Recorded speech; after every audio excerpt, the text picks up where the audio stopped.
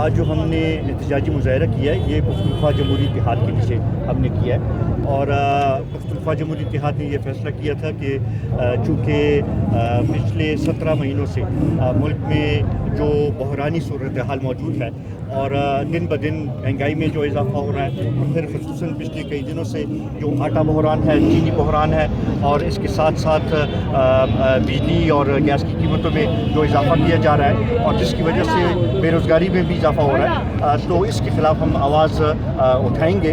اور اس حوالے سے یہ پختونخوا جمہوری اتحاد کی طرف سے ہم نے یہ احتجاج رکھا ہے۔ ہم یہ سمجھتے ہیں کہ یہ موجودہ حکومت ناکام ہو چکی ہے، اس نے اپنی اکنامک پالیسی جو ہے وہ آؤٹ سورس کی ہے IMF کو، اور اس کے نتیجے میں عوام کے مفادات کو سامنے نہیں رکھ کر پالیسیاں بنائی جا رہی ہیں۔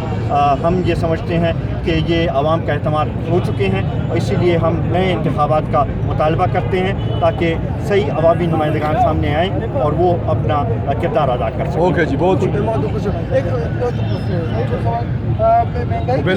موبائل لڑکا پنجاب کی حکومت ہے،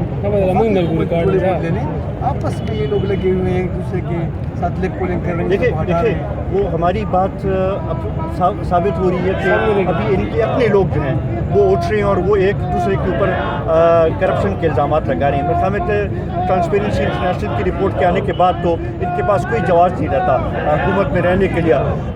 اس کے ساتھ ساتھ اگر آپ دیکھیں تو دن بدن جو بدامنی ہے اس میں بھی اضافہ ہو رہا ہے۔ یہ زیارت کا قصبہ میں جو واقعہ ہوا ہے میرے خیال میں بہت دردناک واقعہ ہوا ہے، اور اس قسم کے واقعات سے یہی لگ رہا ہے کہ حکومت مکمل طور پر فیل ہو چکی ہے۔ اوکے، بہت شکریہ۔